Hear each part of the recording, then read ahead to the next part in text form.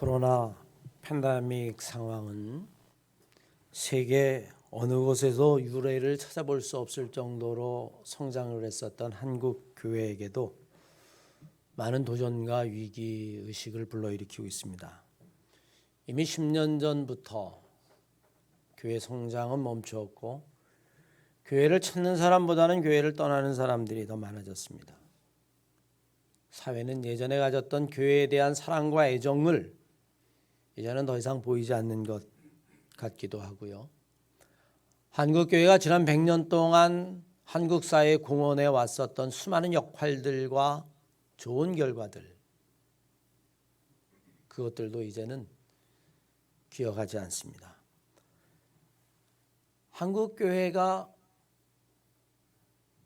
이제는 교회의 위기라고 이야기하고 이제는 신앙의 위기라고 말하고 신학의 위기라고 이야기를 합니다.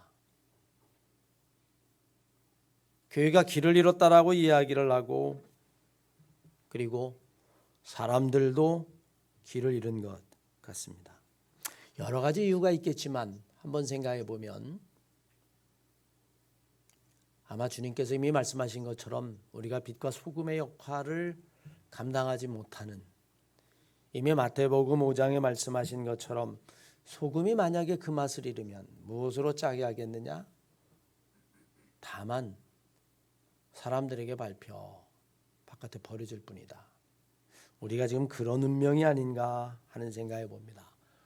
오늘 본문 말씀 66절 이하의 말씀에 보면 수많은 사람들이 주님에게로 왔다가 떠나갔다라고 말합니다. 66절 말씀을 보십시오. 그때부터 그의 제자 중 많은 사람이 떠나가고 다시 그와 함께 다니지 아니하더라. 60절 말씀에 보면 주님의 말씀을 사람들이 어렵다, 어려운 거 싫어하죠. 쉽고 간단한 거 좋아하는데 이렇게 어려운 말씀을 들을 이유가 있겠느냐? 많은 사람들이 떠나갔다라고 이야기를 합니다. 사실 주님의 말씀을 우리가 회상해 보면 주님의 말씀이 그렇게 어려운 것은 아닙니다. 공중에 나는 새를 보아라, 들에 핀 백합화를 보아라, 믿음은 마치 겨자씨 하나를 밭에 갖다 심은 것 같다. 여러분, 이 말씀들이 어려운 것은 결코 아니죠. 그런데 왜 수많은 사람들이 예수의 말씀이 어렵다라고 이야기를 하고 떠나가 버리고 말았을까요? 어쩌면 정확히 말하면 예수의 말씀이 어려운 것이 아니라 내가 듣고 싶은 얘기가 아닌 것, 내 입맛에 맞지 않는 이야기들,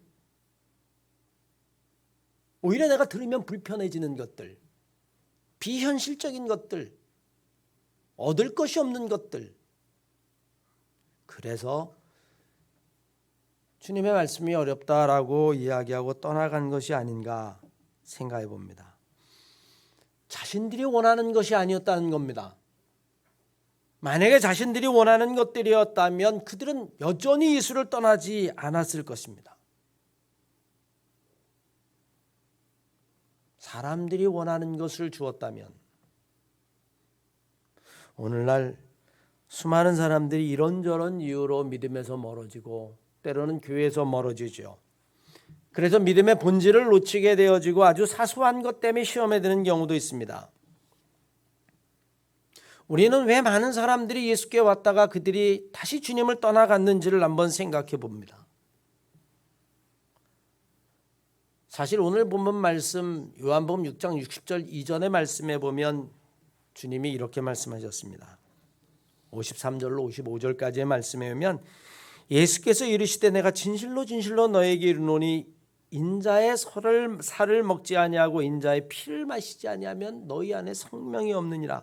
내 살을 먹고 내 피를 마시는 자는 영생을 가졌고 마지막 날에 내가 그를 다시 살리리니 내 살은 참된 양식이요 내 피는 참된 음료로다.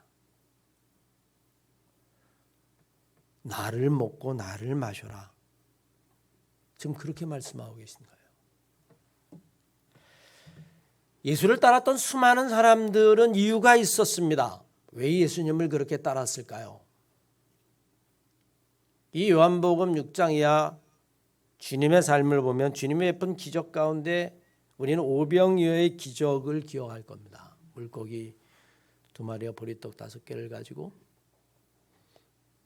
수많은 사람들을 먹였습니다.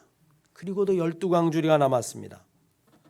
자신의 몸이 배부르고 자신이 필요한 것들, 육의 양식을 말할 때는 그들은 행복했습니다. 야, 예수를 따라가면 정말 인생의 모든 문제가 해결이 되는구나. 그래, 저분을 따라가자. 사람들은 구름대같이 몰려들기 시작했죠. 그런데 더 이상 육의 양식을 이야기하지 아니하고 이제 영의 양식을 이야기하고 나를 먹으라고 이야기하고 내 피를 마시라고 이야기하는 순간 그들은 그 말이 어렵다라고 이야기합니다. 마치 요한복음 2장 말씀에 보면 니고데모에게 주님이 하신 말씀과 같죠. 물과 성령으로 거듭나지 아니하면 너희가 결단코 하나님 나라에 들어갈 수 없다. 관원이었던 니고데모조차도 그 이야기를 듣고는 야, 어렵다. 저 말을 내가 이해할 수 없다. 여러분 그렇게 말했습니다. 주님이 하신 말씀이 좋은 말씀이기도 하지만 이 세상을 살아가는 데는 그렇게 유익하지 않은 이야기, 현실적이지 않은 이야기, 오히려 나에게 경제적으로 아니면 물질적으로 아니면 내가 살아가는 데에 도움이 되지 않는 이야기, 심지어는 불편한 이야기일 수도 있죠. 우리는 종종 살면서 그런 경험을 하지 않습니까? 그래, 그 말이 맞아. 그런데 세상은 안 그래. 착하게 살아야지. 그런데 세상은 안 그래. 그렇게 살면 절대로 세상을 살 수 없어. 좋은 이야기인 줄 알고 그리고 맞는 이야기인 줄은 알지만 그러나 우리는 그렇게 못 살아. 그래서 우리는 양심과 도덕을 헌신짝처럼 버리는 경우도 대부분이죠. 여러분 지금 작금의 문제가 되는 LH 사건만 해도 그렇지 않습니까? 아니 미리미리 신도시 정보를 다 알고 돈 없어도 은행에서 대출을 받아가지고 그냥 묻어만 놓으면 한 2, 3년 있으면 여러분 그것이 수십억에 불려서 돌아오는데 그거 안 할 사람이 누가 있겠습니까? 정말 그렇게 쉽게 돈을 번다면 그거 안 할 사람이 누가 있겠어요? 거기에 무슨 양심이 있고 공직자의 윤리가 있고 도덕이 있고 다른 사람을 배려하는 것이 있고 그 어떤 것도 없습니다. 오직 눈앞에 이익만 있는 거죠. 돈이 된다면 그것을 쫓아가는 것뿐입니다. 어쩌면 우리가 지금 따라가는 것, 우리가 쫓아가는 것, 그것은 돈이 되는 이야기, 성공하는 이야기들 아니면 남보다 더 많은 것을 가진 이야기들, 이런 이야기들이 사람들이 구름대처럼 몰리고 그런 이야기를 따라가는 거죠. 여러분도 그렇지 않겠습니까? 누군가가 정말 돈 되는 이야기를 한다. 새벽부터라도 줄을 설 겁니다. 물건 하나 사는데 저게 이익이 된다 라고 이야기하면 밤을 새는데 사람들은 주저하지 않습니다. 세상에는 분명히 두 종류의 사람이 있습니다. 하나는 이 세상에는 그래도 돈으로 살 수 없는 것들이 더 많다라고 생각하는 사람, 다른 한 종류의 사람은 세상에 있는 모든 것들은 다 돈으로 해결할 수 있다라고 믿는 사람. 전자는 여전히 영적인 진리들, 정신적인 것들, 정말 우리의 마음에 소중한 것들, 인생에 있어서 더할 나위 없이 우리가 버려서는 안 되는 것들, 이런 것들이 있다라고 믿는 사람. 그런 것은 꿈 같은 이야기고 그것은 현실적인 이야기가 아니고 정말 현실에 있어서는 다 털고 솔직히 얘기해보자. 돈보다 더 중요한 게 있겠냐. 그렇게 생각하는 사람. 오늘 본문 말씀을 시작하기 전에 주님을 따르는 사람들은 한 가지 이유가 있었습니다. 오병이어의 기적을 보았기 때문이죠. 그리고 그것을 보는 순간 저 사람을 따르면, 저분을 따르면 우리는 평생 먹을 것 걱정하지 아니하고 경제적인 해결이 다 이루어질 것이라고 믿었기 때문입니다. 기적 때문이었고 그 기적의 결과로 넘쳐나는 떡 때문이었습니다. 사실 이런 일은 2000년 전에만 있는 것이 아니에요. 여러분 조금 넓게 보십시오. 우리가 지도자를 뽑을 때 어떻게 지도자를 뽑죠? 잘 살게 해주겠다라면 지도자를 뽑습니다. 경제를 부양시키고 그래서 모든 국민이 다 경제적으로 윤택해진다면 우리는 그 사람을 정말로 훌륭한 지도자라고 이야기합니다. 그 사람이 올바른 인생을 살아왔느냐 하는 것은 조금 더 중요하지 않습니다. 그것은 안타깝게 우리나라만 그런 게 아니에요. 들여다보면 서구에 있는 모든 사회들이 여러분 다 그렇습니다. 문제는 이렇게 오병이어의 기적을 보고 따라온 사람들, 그 사람들에게 이제 예수님이 더 이상 떡을 만들어주지 않고 있다는 겁니다. 오히려 사람은 구름대같이 모였는데 그들에게 이야기하기를 영적인 말씀을 하고 진리의 말씀을 할 뿐만이 아니라 오히려 나를 먹고 나를 마시라라고 이야기를 하고 있습니다. 하나님에 대한 이야기를 하는 것입니다. 영적인 진리에 대해서 이야기하는 것이고 그리고 삶의 진정한 행복에 대해서 이야기하기 시작합니다. 무리가 원하는 것들이 아니었어요. 무리는 떡을 원했습니다. 그들은 떠나가기 시작했습니다. 오늘 본문 말씀에 보면 많은 사람이 예수를 떠났다라고 이야기합니다. 63절 말씀에 보면 살리는 것은 영이니 육은 무익하니라. 내가 너에게 이른 말은 영이요 생명이라. 내 살을 먹고 내 피를 마셔라. 그리고 나를 따르라. 주님이 만약에 계속해서 떡을 만들어 주었더라면 여러분 어땠을까요? 아마 따르는 무리들은 더욱 불어났을 겁니다. 그들은 결코 예수를 떠나지 않았을 겁니다.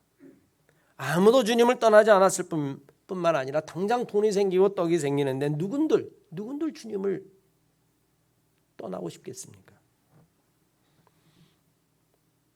더 이상 떡에 관한 말을 더 이상 떡을 만들지 아니하시고 그리고 영의 말씀을 하실 뿐만이 아니라 육은 무익하다라고 이야기하고 내 살을 먹어라 내 피를 마셔라 내 잔을 마셔라. 그들은 지금 이게 무슨 소리지? 그냥 예전처럼 떡이나 만들어 주시지. 그러면 우리가 떠나지 아니하고 영원토록 당신 곁에 있을 터인데. 그들은 주님이 더 이상 오병이어의 기적을 베풀지 않자 남아있을 이유가 없었을 겁니다. 그들은 결국 더 이상의 남아있을 이유가 없자 떠나버리고 말았어요. 엄밀하게 이야기하면 주님의 말씀 자체가 어려운 것이 아닙니다. 그들이 원하는 것이 아니었기 때문에 어렵게 느껴지는 것입니다. 어려운 것들은 사람들 자신이 가진 관점을 가지고 예수를 보았기 때문에 이해할 수 없는 것이죠. 사실 여러분 세상의 경쟁에 막 몰두하고 있는 사람들에게 원수를 사랑하라라고 하는 이야기가 여러분 쉽게 느껴지겠습니까? 제일 어려운 게 뭔지 아세요? 화를 참는 거예요. 살다 보면 세상이 나를 화나게 할 때가 너무 많아요. 요즘 뉴스를 보면 여러분 화나지 않습니까? 우리는 100만 원, 200만 원 벌려고 정말 아침부터 밤늦게까지 애를 쓰는데 은행에서 대출에 땅 벌어가지고 땅에 투자해가지고 다 알고 다 짜고 치는 고스톱처럼 말이죠. 그래가지고 수억 원, 수십억 원을 벌었다라고 이야기하면 여러분 분노가 생기지 않습니까? 그런데 무슨 그들을 사랑하고 그들을 여러분 용서할 수 있겠어요? 절대로 못합니다. 그건 정말 어려운 얘기예요. 누군가가 계속해서 용서하라, 그들을 사랑하라라고 이야기하면 떠나버리고 말 겁니다. 저부터도 떠나버리고 말 거예요.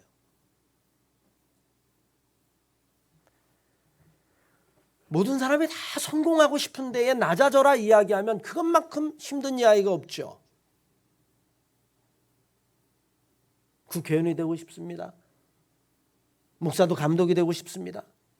그런데 섬기는 자가 되라. 그래도 낮은 자가 되라. 짜증나죠. 떠나버리고 마는 겁니다. 그 이야기 들을 이유가 없습니다. 무엇을 하든 사람들이 나를 알아주기를 바라고 그래서 헌신하고 봉사하고 희생도 하고 그래서 나중에 그 대가를 바라는 건데 주님은 말씀하시기를 오른손이 하는 것을 왼손이 모르게 하라. 그럼 내가 이렇게 수고하는 걸 아무도 몰라주는데 내가 이렇게 교회에서 헌신하고 내가 이렇게 열심히 일하는 걸 아무도 몰라주는데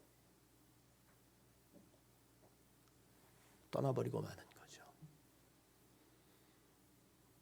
정작 듣고 싶은 이야기를 하지 않기 때문입니다. 이건 여러분 감리교를 시작한 요한 웨슬레도 마찬가지였어요. 요한 웨슬레가 헌금에 관한 설교를 한 적이 있습니다. 그 설교에 보면 세 가지가 나와요. 웨슬리가 이렇게 이야기합니다. 여러분 많이 모십시오. 그랬더니 교인들이 아멘 그랬어요. 여러분 많이 저금하십시오. 그랬더니 더 크게 아멘 그랬습니다. 그런데 여러분 그거를 세상에 남기지 말고 다 나누고 쓰십시오. 사람들이 아멘 했을까요? 떠나고 말았죠. 똑같은 일입니다. 이제 많은 사람들이 물러갔습니다. 과연 우리는 어떤 사람입니까? 오늘 예배드리는 또 온라인으로 예배드리는 여러분들, 과연 우리는 어떤 사람입니까? 우리는 남을 사람입니까? 아니면 떠날 사람입니까? 우리는 하나님의 말씀을 자신의 입맛에 맞추는 사람이 되어서는 안 됩니다. 오히려 그 반대가 되어야만 합니다. 우리 자신을 하나님의 말씀에 맞춰야만 합니다. 그리고 그 말씀에 순종해야만 합니다. 자기 입맛에 맞을 때에 오히려 그것은 하나님의 말씀이 아닐 수 있습니다. 왜냐하면 하나님의 말씀은 당연히 진리의 말씀이고 그것은 내 이익과 내 입맛에 맞는 달콤한 이야기보다는 때로는 주님이 허락하셨던 그 십자가의 길을 걷는 것이기 때문에 그렇습니다. 자신의 욕망과 주님의 가르침이 다를 때에 사람들은 언제라도 떠날 수 있는 것입니다. 이런 사람들의 믿음은 액세서리에 불과하죠. 이제 그런 사람들을 바라보며 주님이 제자들에게 말씀하십니다. 그들은 내 이야기가 불편한가 보다. 다 떠나갔다. 너희도 가려느냐? 여러분 이게 주님의 화법이에요. 주님은 늘 우리들에게 결단을 요구하고 있다고 하는 사실을 알아야만 합니다. 마태복음 16장 13절 이하의 말씀에 보아도 사람들이 예수에 대해서 이런저런 이야기를 합니다. 그는 엘리야다, 그는 메시아다, 그는 모세와 같은 선지자다.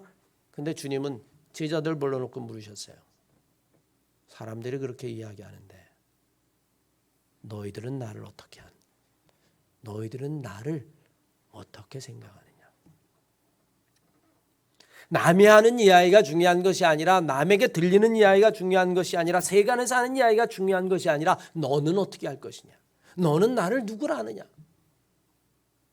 자, 다 떠나갔다. 너는 어떻게 할 것이냐? 여러분 이것은 제자들에게 하신 말씀이 아니라 사실은 우리를 향한 말씀이고 오늘날 교회의 위기, 신앙의 위기, 신학의 위기 이런 상황 속에서 주님은 우리들에게 묻고 계신 거예요. 너는 어떻게 할 것이냐? 우리는 시몬 베드로로부터 그 대답을 찾아야만 합니다. 오늘 68절 이하의 말씀을 보십시오. 시몬 베드로가 대답하되 주여 영생의 말씀이 여기 있사오니 우리가 누구에게로 가오리까? 주님 보리떡 2개, 물고기 2마리와 보리떡 5개 그것이 없어도 영생의 말씀이 주님에게 있으니 내가 어디를 가겠습니까? 주님에게 영생의 말씀이 있다라는 베드로의 고백, 우리의 영혼을 향하여 하시는 주님의 말씀. 그래서 주님은 종종 귀 있는 자는 들을지어다 라고 말씀했습니다. 귀가 없는 사람이 어디에 있겠습니까? 그런데 그것은 우리들의 육의 귀로 듣는 것이 아니라 우리의 영의 귀로 듣는 것을 말씀하시는 거죠. 그렇게 들을 귀가 있는 사람은 들을지어다라고 말씀했습니다. 오늘날 우리는 주객이 전도되어 있는 삶을 살아요. 하나님의 진리, 영적인 말씀이 우리의 삶을 끌고 가고 있는 것이 아니라 육이 우리의 정신을 끌고 가고 육이 우리의 영혼을 끌고 가고 우리는 육적인 것, 물질적인 것, 물고기 2마리, 보리떡 5개에 우리의 삶을 목매듯이 쫓아가고 있는지도 모릅니다. 지금 세상은 돌을 가지고 떡을 만들어야 되는 세상입니다. 사람들은 그것이 진리라고 생각하고 돌을 가지고 떡을 만들면 사람들이 구름대같이 몰릴 겁니다. 제가 예전에 예수님이 당한 시험에 관한 설교를 하면서 그랬어요. 주님이 돌을 가지고 떡을 만들려고 한 시험을 이겼다고 해서 나도 이겼다라고 생각하지 마십시오. 우리는 졌어요. 아니, 교회는 졌습니다. 우리는 지금도 여전히 돌을 가지고 떡을 만들기를 원해요. 왜? 그러면 많은 사람들이 구름대같이 모일 테니까. 신학의 위기라고 하는 것, 오직 교회 성장 외에는 어떤 것도 한국 교회에 자리 잡을 수 없습니다. 그래서 신학의 위기라고 이야기를 하는 거죠.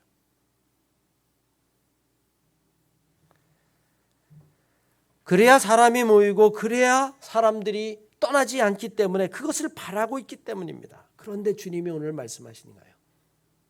더 이상 내가 너에게 줄 것은 물고기 2마리와 보리떡 5개가 아니다. 이제는 나를 먹어라. 떡이 아니라 내 살을 먹어라. 내 피를 마셔라. 그리고 이제 내가 주는 잔까지 마셔라. 그리고 나와 함께 가자. 나와 함께 육의 길이 아니라 진리의 길, 영생의 길로 가자. 내가 곧 길이요 진리요 생명이니 나로 말미암 정권은 아버지께로 올 자가 없느니라 말씀하신 그 주님이 오늘 우리에게 그렇게 말씀하고 계신 거예요. 너희는 어떻게 할 것이냐. 2000년 전 주님을 떠난 사람들처럼 오늘날 수많은 사람들이 주님을 떠나고 있습니다. 아니, 이것이 모든 사람이 주님을 떠난 이유이기도 하죠. 여러분, 분명한 것은요, 우리는 가면 갈수록 예전보다 떡이 넉넉해진 세상을 살고 있습니다.